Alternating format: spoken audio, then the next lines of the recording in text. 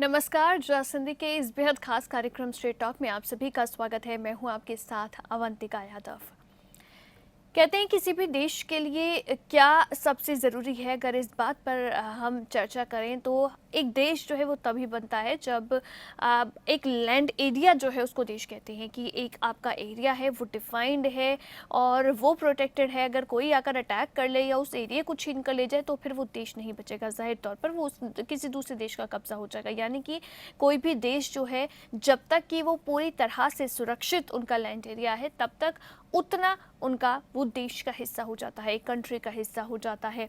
अब ये देश की बात मैं इसलिए कर रही हूँ कि क्योंकि अब जैसे कि एक प्रोटेक्टेड एरिया की मैंने बात की है कि वो एरिया अगर प्रोटेक्टेड है, अगर पूरी तरह से जो है उस एरिया को कंट्रोल में रखा हुआ है तो वो एक देश का हिस्सा है। और जो ये जिम्मेदारी है कि उस एरिया को प्रोटेक्ट करके रखना है किसी भी सूरत में, किसी भी कंडीशन में, चाहे किसी कोई भी मौसम है, आंधी आए, तूफान आए, बारिश आए, बर्फ गिरे, तो हर एक मौसम में जो है उस एरिया को प्रोटेक्ट करके रखने की जिम्मेदारी हमारे देश के सैनिकों के ऊपर होती है। यानी कि हमारे देश के सैनिक जब तक हमारी सरहदों पर तैनात हैं, जब तक वहाँ पर हमारे देश की रक्षा कर रहे हैं, तब तक हम यहाँ पर महफूज हैं और पूरी तरह से हर त्यौहार को पूरी शांति के साथ में मना पा रहे हैं, अपने घर परिवार के साथ में लाइफ को एंजॉय कर पा रहे हैं। और ये सब मुमकिन हो पा रहा है हमारे देश के सैनिकों की बदौलत, क्योंकि वो सरहद पर तैनात है। लेकिन अब जैसे मैंने कहा कि किसी भी मौसम में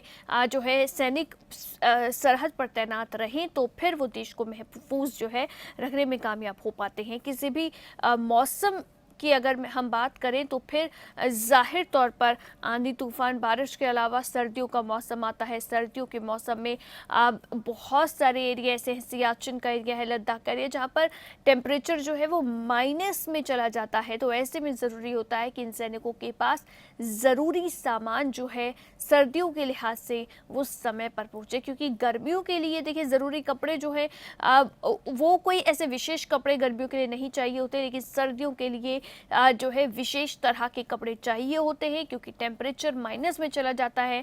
वहाँ पर जवानों को विशेष तरह के जूते भी चाहिए, कपड़े भी चाहिए, स्लीपिंग बैग भी चाहिए, बर्फ़ वाले चश्मे भी चाहिए। तो ये तमाम सामान जो है वो सैनिकों के लिए ज़रूरी हो जाता है अगर हर मौसम में सैनिकों को सीमा पर तैनात रखना है। तो अन्यथा आप खुद ही देखिए कि जब परिस्थितियां विपरीत हो जाएंगी, मौसम जो है उसी से सैनिक लड़ते रह जाएंगे, तो फिर देश की सीमाओं को कैसे महफूज रख पाएंगे। लेकिन अब खुलासा ये हुआ है कि हमारे देश के जो जवान हैं उनके पास सर्दियों का ये सामान जो है वो नहीं पहुंच पा रहा है। ज़रूरी सामान जो बेसिक सामान है, सर्दियों के चश्मे, जूते, कपड़े, ये सामान तक भी जो है वो जवानों के पास नहीं पहुंच पा रहा है। ये खुलासा हुआ है कैग की रिपोर्ट में। हालांकि ये जो कैग की रिपोर्ट है, ये कैग की रिपोर्ट जो है वो फरवरी में सामने आई थी, लेकिन अब इसके ऊपर एक बार फिर से चर्चाएं शुरू हो गई हैं, क्योंकि अब पब्लिक अकाउंट्स कमेटी जो है उसने लोकसभा स्पीकर को लेटर लिखा है और मांग की है कि वो लद्दाख जाना चाहते हैं। तो आज इसी के बारे में हम स्ट्रेट टॉक करेंगे, बात करेंगे कि कैग की रिपोर्ट से जो ये खुलासा हुआ है उसके बारे में बात करेंगे, और साथ ही साथ अब जो इसको लेकर चर्चाएं शुरू हुई हैं देश में उस पर भी चर्चा करेंगे।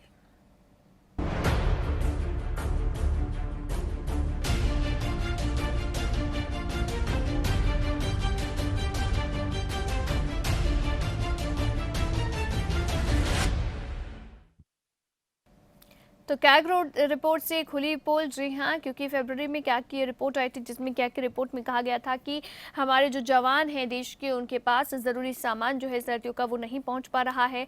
और ये 2015-16 और 17-18 का जो साल था उस साल की ये ऑडिट रिपोर्ट में जो है ये खुलासा हुआ है कि जवानों के पास जो जवानों के लिए सामान खरीदा जा रहा है वो 4 साल देरी से खरीदा जा रहा है। अब 4 साल की देरी हुई है तो इसीलिए अब जो जवान बॉर्डर पर है उनके पास जो है सही समय में सामान जो है वो नहीं पहुंच पा रहा है, जो ज़रूरी सामान उन्हें चाहिए।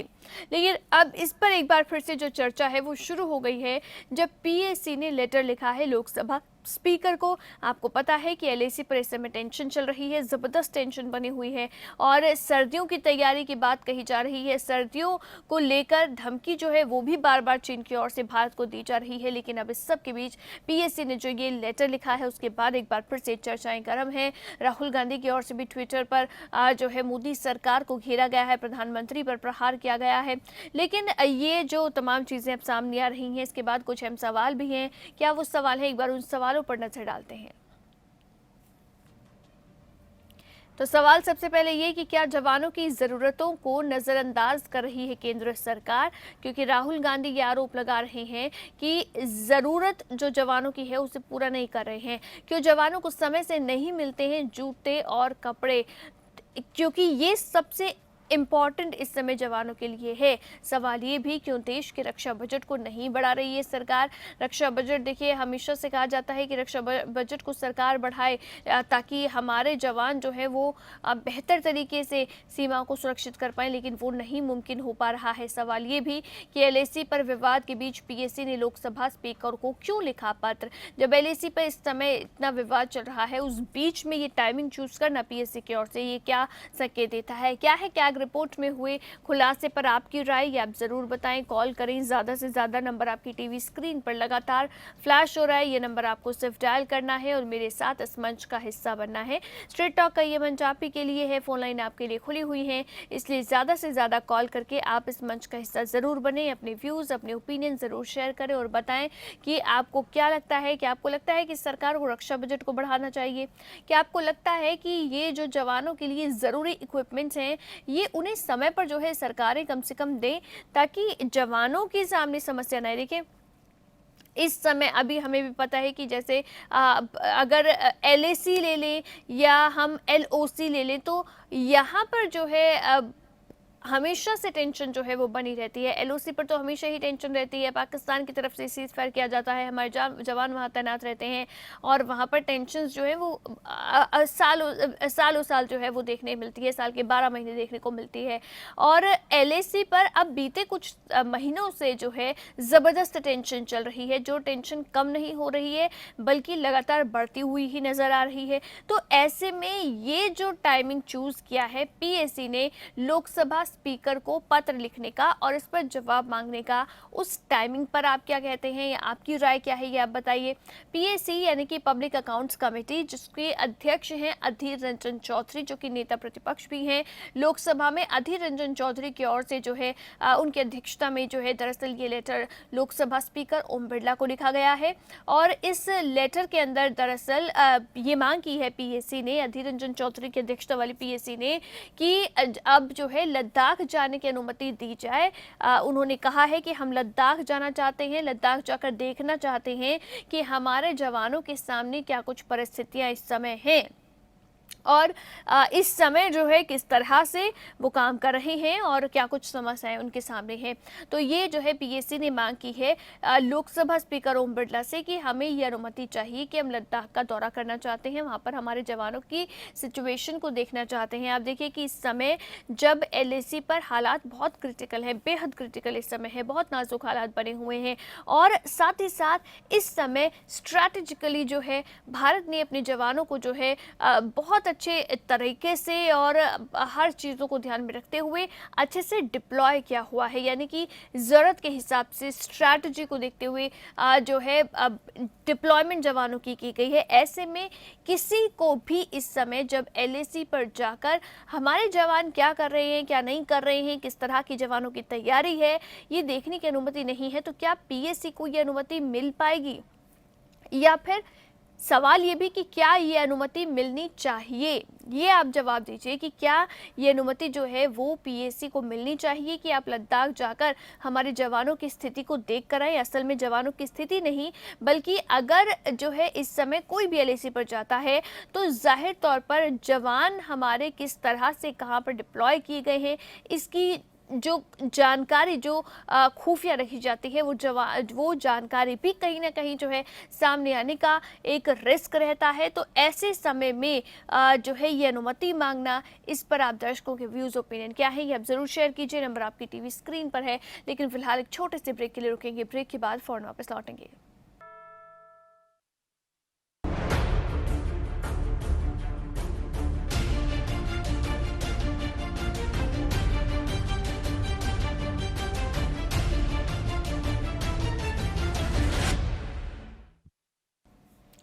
ब्रेक के बाद एक बार फिर से स्वागत है आपका स्ट्रेट टॉक। आप देख रहे हैं स्ट्रेट टॉक में। आज हम बात कर रहे हैं कैग रिपोर्ट के बारे में, क्योंकि कैग रिपोर्ट में ये खुलासा हुआ था कि जवानों के पास जो जो ज़रूरी सामान है वो तक मौजूद नहीं है, यानी कि कपड़े, जूते, बर्फ़ वाले चश्मे, ये जो ज़रूरी सामान जवानों को चाहिए होता है सर्दियों में, वो ज़रूरी सामान जवानों के पास मौजूद नहीं है। इससे लेकर अब पीएसी ने दरअसल लोकसभा स्पीकर ओम बिरला को जो है पत्र लिखा है और पीएसी ने अनुमति मांगी है लोकसभा स्पीकर से कि अनुमति दी जाए लद्दाख जाने की। लद्दाख जाना चाहती है पीएसी ये देखने के लिए कि क्या स्थिति है वहां पर जवानों के सामने। आपको बता दें कि सियाचिन और लद्दाख में जो हमारे जवान तैनात हैं वो सर्दियों में जो है गर्म कपड़े की कमी उनके पास देखने को मिलती है और बड़ी जो दूसरी चीज़ें हैं उनकी भी जो है बड़ी मात्रा में कमी देखी जाती है। कैग रिपोर्ट में ये जो तमाम चीज़ें आई हैं, इसे लेकर जो चीफ ऑफ डिफेंस स्टाफ हैं जनरल बिपिन रावत, वो 2 बार पीएसी के सामने इसे लेकर पेश हो भी चुके हैं, जवाब दे चुके हैं और इस बारे में ये कहा गया है कि दरअसल खरीद में देरी हो रही है और इसीलिए जो है ये देरी जवानों के पास सामान को पहुंचने में भी हो रही है। 2015-16 और 17-18 का ये साल है जिसे लेकर सीएजी ने ये रिपोर्ट में दावा किया है कि जवानों के लिए ज़रूरी सामान जो खरीदा जा रहा है, आप देखिए कि उसमें 4 साल की देरी हो रही है। 4 साल यानी कि बहुत लंबा समय हो जाता है कि जवानों को जो अब सामान आज मिलना चाहिए वो 4 साल बाद उन्हें मिल पाएगा। तो ये 4 साल की देरी जवानों के सामने हो रही है। इसीलिए सवाल मेरा ये भी है आज कि क्या आपको भी लगता है कि जवानों के लिए देश में जो है रक्षा बजट जो है असल में वो बढ़ना चाहिए, क्योंकि रक्षा बजट जो है उसमें कमी देखी गई है। बाकी अगर हम कंट्रीज़ देखें तो उनके कंपैरेटिवली भारत का रक्षा बजट जो है वो काफ़ी कम है। तो ऐसे में क्या आपको लगता है कि रक्षा बजट जो है उसको बढ़ाया जाना चाहिए? साथ ही साथ अब इस पर जो चर्चा ताज़ी शुरू हो गई है कैग रिपोर्ट को लेकर, एक तो पीएसी ने लेटर लिख दिया है अब लोकसभा स्पीकर को और दूसरा राहुल गांधी ने ट्वीट किया है। राहुल गांधी ने दरअसल प्रधानमंत्री नरेंद्र मोदी का जो नया प्लेन आया है वीवीआईपी, उसे लेकर जो है उन्होंने तंज भी कसा है और साथ ही साथ अब जवानों के इस मसले को भी उन्होंने अपने ट्वीट के जरिए उठाया है, ट्विटर के जरिए उठाया है। राहुल गांधी का ट्वीट क्या था ये मैं आपको पढ़ के सुना देती हूँ। राहुल गांधी ने ट्विटर पर लिखा कि पीएम ने अपने लिए 8,400 करोड़ का हवाई जहाज खरीदा। इतने में सियाचिन लद्दाख सीमा पर तैनात हमारे जवानों के लिए कितना कुछ खरीदा जा सकता था। गर्म कपड़े कितने आ सकते थे? 30 लाख की संख्या राहुल गांधी बता रहे हैं। कितने में? यानी कि 84,000 करोड़ में 30 लाख गर्म कपड़े बन सकते थे। जैकेट और दस्ताने जो हैं वो 60 लाख आ सकते थे। जूते जो हैं वो 67,20,000 आ सकते थे। ऑक्सीजन सिलेंडर जो हैं वो 16,80,000 जो हैं आ सकते थे। पीएम को सिर्फ अपनी इमेज की चिंता है, सैनिकों की नहीं। ये बात जो है राहुल गांधी ने अपने ट्विटर के जरिए कही है, ट्वीट किया है और उन्होंने एक न्यूज़ क्लिप जो है वो भी यहाँ पर शेयर की है। तो ये राहुल गांधी की ओर से जो है अब पीएम को घेरते हुए और केंद्र सरकार को घेरते हुए ये बात कही गई है। उन्होंने प्रधानमंत्री के हवाई जहाज पर जो है तंज कसा है और साथ ही कहा है कि जितने में ये खरीदा है उतने में जवानों के लिए कितना कुछ बन सकता था।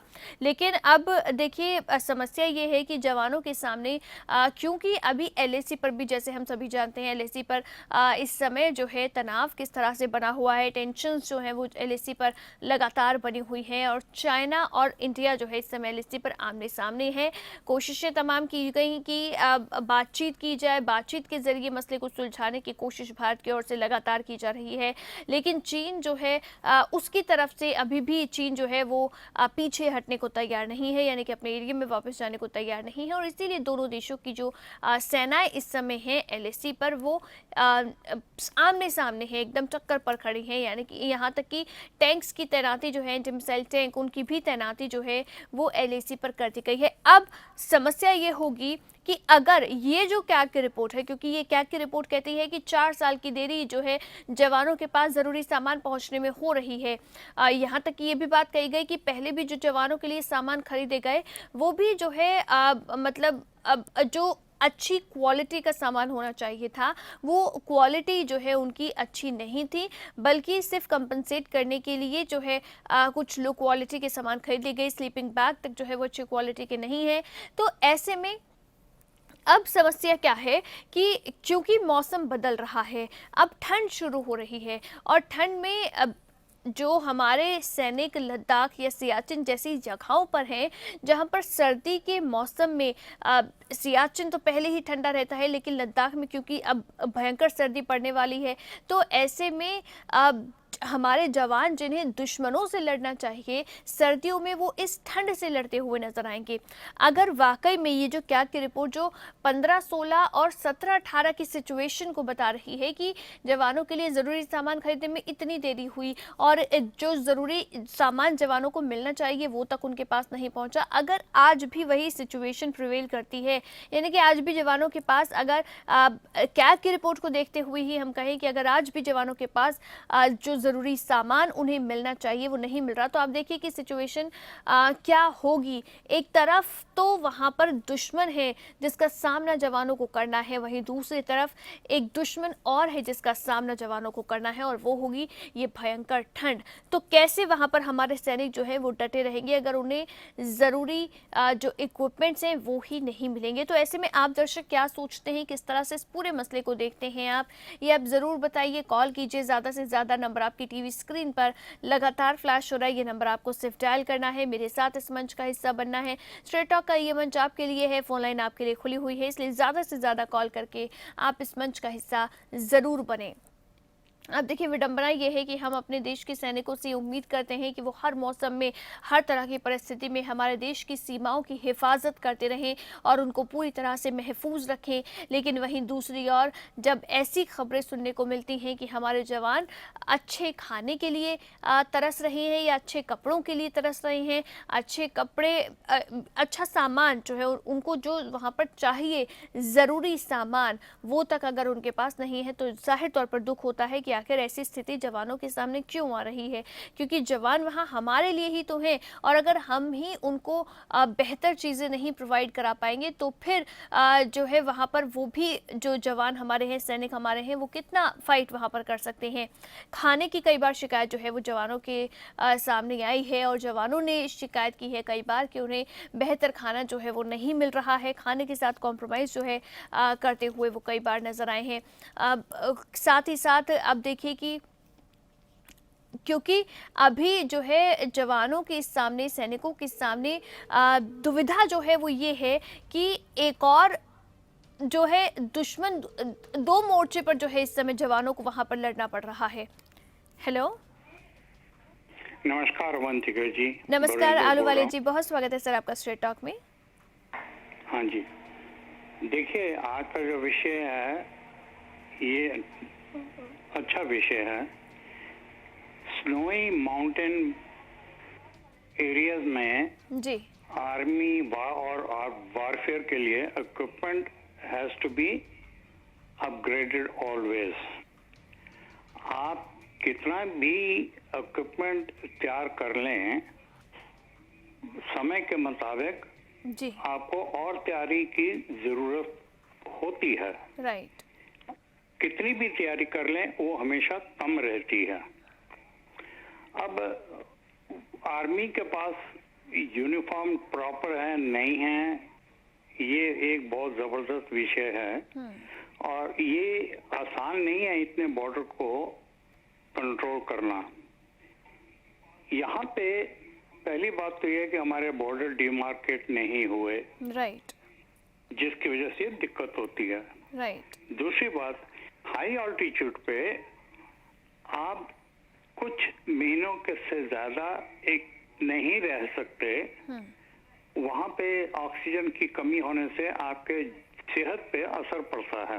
राइट, तो इसलिए फौजियों को नीचे भी आना पड़ता है कुछ देर के बाद, और फिर नई ट्रूप्स वहाँ जाते हैं बॉर्डर को संभालने के लिए। ये बहुत जरूरी है। एक ही फौजी को आप 3-4 दफा ऊपर भेजेंगे, उसकी सेहत पे असर पड़ेगा। अब फौज ही अकेली काम नहीं करती, वहाँ पे एयर पावर भी चाहिए, क्योंकि टेरेन जो है वो बहुत उबड़ खाबड़ है, उसमें मोबिलिटी बहुत स्लो है, जिसकी वजह से वो काम नहीं कर पाते। ऑटोमोबाइल वगैरह काम इतना नहीं करते, टैंक इतने काम नहीं करते जितने एयर पावर की जरूरत है, क्योंकि आपको कम से कम वक्त चाहिए दुश्मनों पे अटैक करने के लिए। आर्टिलरी एक दफा पहुंच गई तो आना जाना उसके लिए दिक्कत होती है। तो हर जो पैंतरे हमें इस्तेमाल करने पड़ते हैं, उसका जमीन की हालत देख के, टेरेन की हालत देख के उसके मुताबिक हमको डालना पड़ता है। अब पीएससी का जो चक्कर है कि साहब आप हमें जाने दीजिए और वहां जाके हम देखना चाहते हैं, मुझे नहीं ख्याल कि इनको इजाजत देंगे। हालांकि देने में कोई हर्ज नहीं है। सवाल ये है कि कितने मेंबर जाएंगे। आप 10-12 ले जाएं, 8 ले जाएं, तो कोई बात नहीं। अगर आप कहेंगे हम 20, 25, 30 ले जाएंगे तो उसके लिए अरेंजमेंट करना पड़ेगा, वो शायद ना हो पाएगा। और दूसरी बात कि जो टसल मैं देखता हूँ कि बीजेपी और कांग्रेस आपस के दुश्मन हैं, तो मुझे नहीं लगता इनको परमिशन मिले। मिल जाए तो अच्छी बात है। अब आ जाइए, अब राहुल गांधी का प्राइम मिनिस्टर के ऊपर कटाक्ष करना कि इन्होंने 48 करोड़ का कितना भी हवाई जहाज ले लिया है। जी, 84,000 करोड़। राहुल गांधी ये मानते हैं कि प्रधानमंत्री उनके प्रधानमंत्री नहीं है? हाँ, राइट। अभी एक प्रधानमंत्री जो है वो हमारा हेड ऑफ द गवर्नमेंट है, राइट। किसी पार्टी से भी आए। जब वो हेड ऑफ द गवर्नमेंट हमारा है तो हमारी संपत्ति है, उनकी हिफाजत रखना हमारा फर्ज है। बिल्कुल, बिल्कुल। अब हवाई जहाज प्रधानमंत्री का पर्सनल नहीं है, वो गवर्नमेंट का। आज मोदी साहब के बाद कोई और प्रधानमंत्री आएगा, वो भी उसी हवाई जहाज में जाएंगे। Right, right. अब वो जो जैसे एयरफोर्स 1 है, यूनाइटेड स्टेट्स प्रेसिडेंट का हवाई जहाज, इसी तरह से ये हमारा हवाई जहाज है। और इसके जो सर्विस क्रू हैं, पायलट और जितने भी क्रू हैं, वो बड़े खुफिया एजेंसी से स्क्रीन करके लाए जाते हैं। बिल्कुल, बिल्कुल। वो बड़े स्पेशल होते हैं, राइट। उनके अलावा हर पायलट नहीं उनको उड़ा सकता। बिल्कुल। तो ये मैं समझता हूँ कि हमारे प्रधानमंत्री के ऊपर ये कटाक्ष करना ये बहुत गलत है। हमें अपने प्रधानमंत्री की मान और इज्जत रखनी चाहिए, कोई भी हो। बिल्कुल, प्रधानमंत्री हमारा है। बिल्कुल, बहुत ये और ये जो चीज है, ये ऐसा नहीं बोलना चाहिए, इससे तुम्हारी अपनी जो अहमियत है वो कम हो जाती है। Right, right. तो अब सवाल ये है कि आर्मी वाले जो है वो हम जवान हमारे जमीन की रक्षा करते हैं, हमारे लिए लड़ते हैं। हमारे जवानों की वजह से हम सांस लेते हैं, आराम से जीते हैं। बिल्कुल। तो जवानों के लिए जितना हम कर सकें उतना अच्छा है। राइट। बहुत बहुत शुक्रिया sir, thank you so much for calling. Thank you so much for calling. Thank you ji. एक बहुत छोटे से ब्रेक के लिए रुकेंगे, ब्रेक के बाद फौरन वापस लौटेंगे।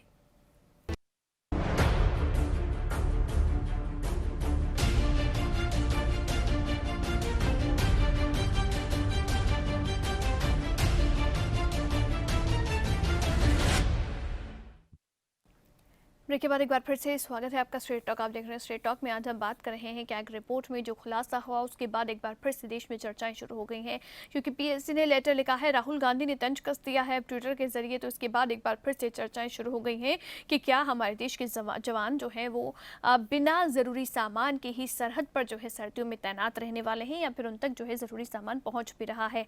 हालांकि सरकार ये कह रही है कि हर ज़रूरी सामान जो जवानों को चाहिए सर्दियों में वो उन तक पहुँचाया जा रहा है। लेकिन कैग रिपोर्ट जो फरवरी में आई थी उसके मुताबिक 4 साल की देरी चल रही है जवानों के लिए ज़रूरी सामान की खरीद करने में। 2015, 16 और 17, 18 की ये रिपोर्ट है। हालांकि उस रिपोर्ट के ऊपर ही अभी सरकार को घेरा जा रहा है और उस रिपोर्ट के ऊपर ही ये बात कही जा रही है कि जवानों को ज़रूरी सामान नहीं मिल पा रहा है। हालांकि लेटेस्ट रिपोर्ट नहीं है।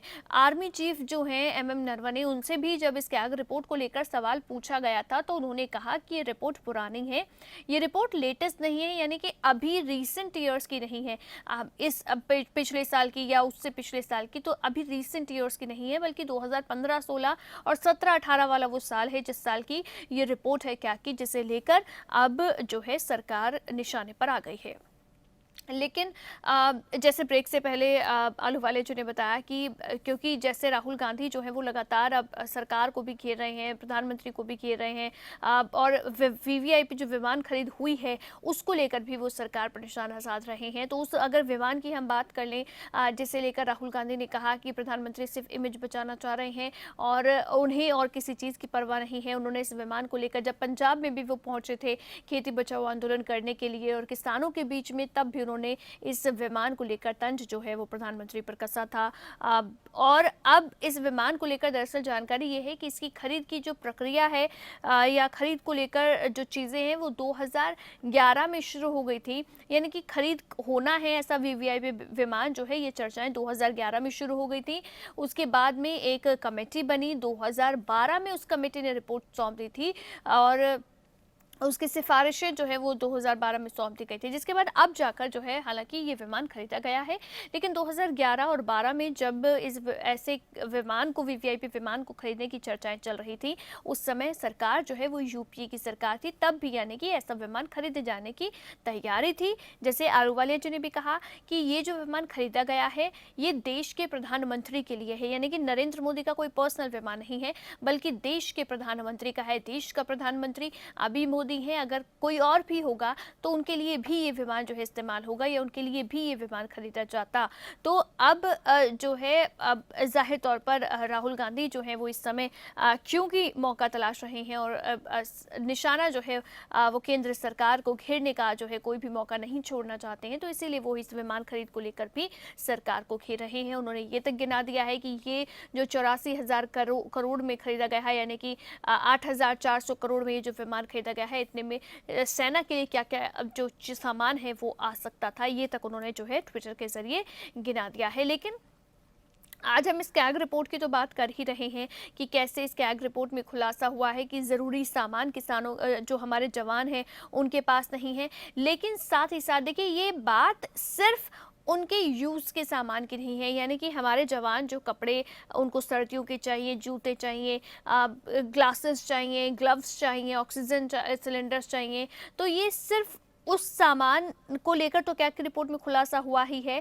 लेकिन असल में अगर हम बात करें, जैसे कि मैंने कहा कि क्या देश को रक्षा बजट में भी बढ़ोतरी करनी चाहिए, क्योंकि असल में डिफेंस के क्षेत्र में हम देखें तो पुरानी चीज़ें जो है वो हमारे यहाँ ज़्यादा इस्तेमाल हो रही हैं, बजाय कि हम उन सब चीज़ों को अपग्रेड करें।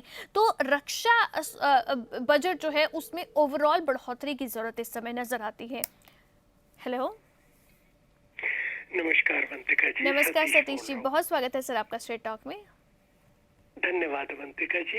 अवंतिका जी, इस वक्त हमारे जो जवानों की सप्लाईज की सिचुएशन है पहाड़ों पे, ठंडे इलाके में, एक थोड़ी सी दिल को तसल्ली है कि 5 साल पहले की सिचुएशन में आज के वक्त इस मौसम में, यानी कि अक्टूबर का जो मौसम था जब पूरी सर्दी वहाँ शुरू हो जाती है और दिन के जो रोशनी है सूरज की वो भी कम हो जाती है, उस वक्त हालत बहुत खराब थी जी। इस वक्त हमारे जवानों को पहली सप्लाई मिल चुकी है। अब समस्या सामने आ रही है जी रिप्लेसमेंट की। उसमें क्या है अवंतिका जी, वहाँ पे जिस तरह की एक्सरसाइजेज होती है ना, तो वहाँ पे जो यूनिफॉर्म है वो रबिंग काफी होती है। जैसे पहाड़ पे चढ़े, जमीन पे रहेंगे, तो उसमें जी उसमें वियर एंड टियर काफी होता है। तो मैदानों में क्या होता था कि अवंतिका जी, अगर कोई कट आ जाता था शर्ट में या पैंट में, तो जवान जो थे ना अपनी बैरक में जिस वक्त छुट्टी होती थी लंच के बाद, तो उस वक्त तो सुई धागा लेके सी लेते थे।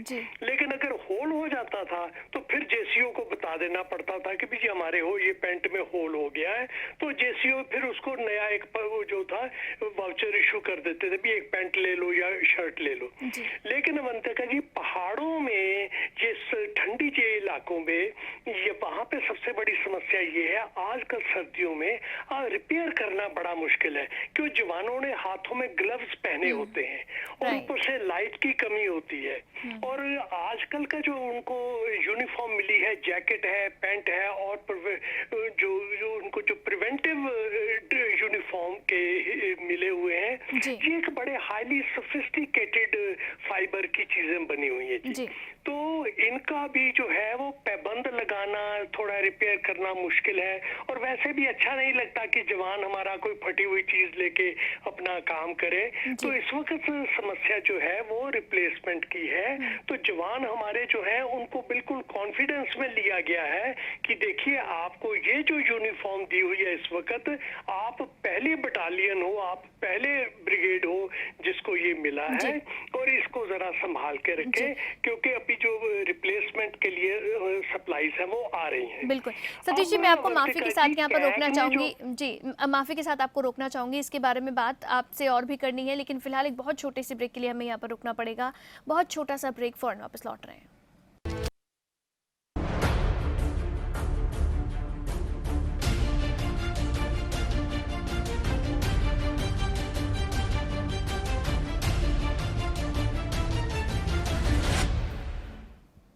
ब्रेक के बाद एक बार फिर से स्वागत है आपका स्ट्रेट टॉक। अब देख रहे हैं आप, और सतीश जी मेरे साथ फोन लाइन पर हैं। सर, एक बार फिर से स्वागत है आपका स्ट्रेट टॉक में।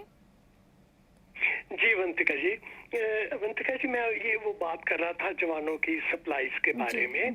तो बस मैं इतना संक्षेप में कहना चाहूंगा कि इस वक्त वहाँ पे उनको जो यूनिफॉर्म वगैरह है, जो उनके पहरावा है, बाकी जो उनको इक्विपमेंट है वो अच्छा मिला हुआ है जी। सिर्फ बात रिप्लेसमेंट की है। हाँ, वहाँ सर्दी की वजह से उनका जो कैलोरी इनटेक है, राशन जो है जी वो 1.5 गुना है इस वक्त, ताकि क्योंकि जवान जो है हमारा आर्मी का, उसको मौसम के सामने खड़े रहना पड़ना है महीनों महीने, हर मिनट। अब बात आई कि आर्टिलरी की भी वहां जरूरत है, एयरफोर्स की भी जरूरत है, वो कॉमन सेंस की बातें हैं जी।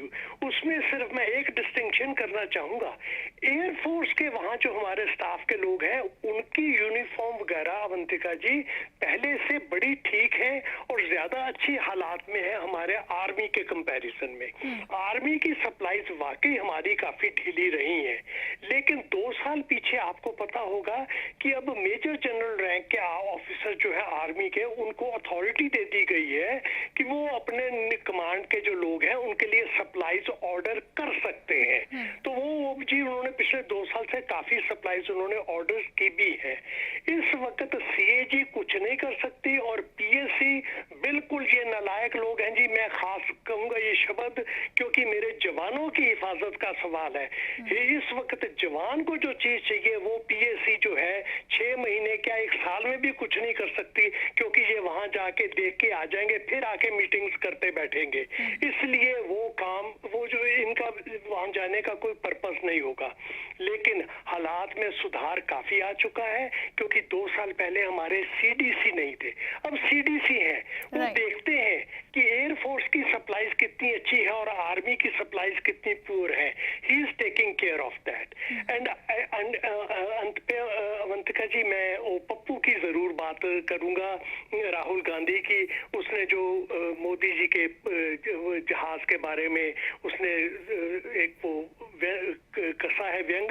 मैं ये कहूंगा उसको कि मोदी जी ने जहाज परसों जाके दिल्ली की खान मार्केट से नहीं खरीद लिया। ये जहाज का ऑर्डर बहुत पहले से दिया गया था, उसके फंड्स एलोकेट किए गए थे, उसकी डाउन पेमेंट दी गई थी, उसके बाद उसकी इंस्टॉलमेंट्स दी गई थी। इस वक्त ये प्लेन खरीदा नहीं गया, इसकी डिलीवरी हुई है। ये कोई उस मूर्ख आदमी को बताए कि ये प्लेन अब नहीं खरीदा, इस वक्त उसकी डिलीवरी हुई है। क्यों? इसकी खरीदो फरोख्त जो थी वो ऑलरेडी पहले जो पेमेंट्स वगैरह थी वो हो चुकी थी। और ये प्लेन अवंतिका जी आना बहुत जरूरी है, क्योंकि ये एयरफोर्स की कमांड के अंडर है सारा। ये एयर इंडिया की कमांड के अंडर नहीं है, ये एयरफोर्स की कमांड के अंडर है। उसकी टेक केयर, इसकी मेंटेनेंस और इसकी जो जितना भी क्रू स्टाफ होगा वो एयरफोर्स का होगा। उनको ट्रेनिंग देने में काफी समय लगता है, तो इसलिए प्लेन का आना बिल्कुल जायज है, इसमें कोई कोताही नहीं है। बाकी हमारे जवानों को सप्लाईज जितनी जल्दी कपड़ों वगैरह की, ब्लैंकेट्स वगैरह की वहां पहुंच सके, शूज की, ग्लव्स की, हैट्स की, ईयर मफ्स की, ये सारी बहुत सारी चीजें होती हैं। बाहर देखने में जवानों को कम से कम सिर्फ अपना बाहर जो है उसको कवर करने के लिए, तो जिस तरह हमारे CDC कर रहे हैं अपने मेजर जनरल्स के साथ मिलके, मैं समझता हूँ ये इस बारे में जवानों को कमी महसूस होगी नहीं। धन्यवाद अवंतिका जी, भारत माता की जय हो। Thank you so much for calling sir, Bharat माता की जय हो। तो बिल्कुल ये इस बार उम्मीद की जा रही है और यही जो है वादा सरकार भी कर रही है कि इस बार जवानों को किसी तरह की कोई कमी नहीं होगी। और अभी LAC पर जो हालात हैं, चाइना जो बार बार धमकी दे रहा है ग्लोबल टाइम्स के ज़रिए कि सर्दियों में जो है देख लेंगे आपको, सर्दियों में आप जो है वापस चल जाएंगे, तो इस बार सर्दियों के को लेकर भी सरकार की तैयारी पूरी है। सर्दियों के लिए जो ज़रूरी सामान है वो सब जो है LAC पर पहुँचाया जा रहा है और सामान जो है वो वहाँ पर स्टोर होना भी शुरू हो गया है, चाहे राशन हो, चाहे ज़रूरी इक्विपमेंट्स ही क्यों ना हो, उनके जवानों के पहनने के लिए सामान ही क्यों ना हो, कपड़े ही क्यों ना हो, तो ये सब चीज़ जो है वो LAC पर पहुंच रही हैं। और सर्दियों को लेकर तैयारी जो है सरकार कह रही है कि इस बार पूरी है और किसी तरह की कमी जो है वो जवानों के सामने नहीं आएगी। जवान जो हैं वो बेफिक्र होकर वहाँ LAC पर डटे रह सकते हैं और देश की हिफाजत का जो वचन उन्होंने लिया है उस वचन को निभा सकते हैं। इसी के साथ स्ट्रेट टॉक में आज के लिए बस इतना ही। आप देखते रहिए जस हिंदी।